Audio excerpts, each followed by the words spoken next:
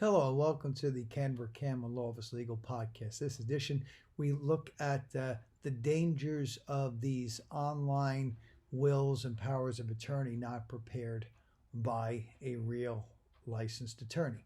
So, what happens if someone uses one of these cheap forms and it's not accepted because it wasn't done properly, wasn't signed properly in front of all the witnesses? Well, number one, state law determines who gets your assets, not you. So that could mean people that you wrote out of the will or dislike you might get all or some of your assets. One of the things that people try to do with proper wills is make it clear who they want to get their stuff and who they don't want to get their stuff.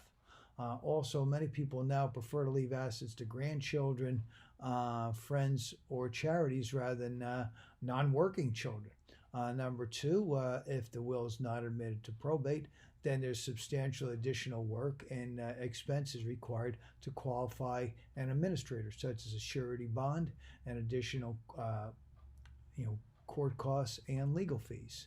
So people also lose the opportunity to try to reduce estate taxes, inheritance taxes, wherever they're at.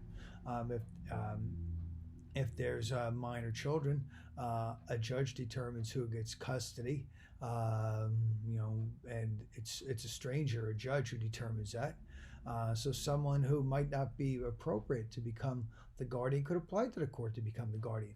But most importantly, if someone is separated without a properly done will, then they're like the person they dislike, their soon-to-be ex-spouse, is going to get all of their assets. So when there's no will, so never use a form online.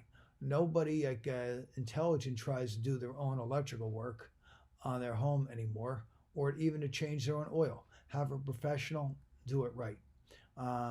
Wills must be correctly signed in front of an attorney or notary to be admitted to probate by the surrogate, plus the required number of witnesses. It's argued that attorneys,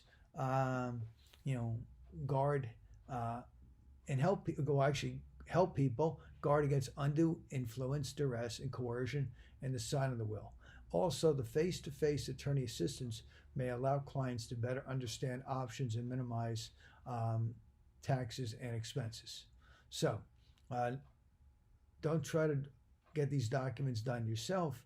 It's best to have a professional do things correctly. For more information on wills and probate, visit website njlaws.com.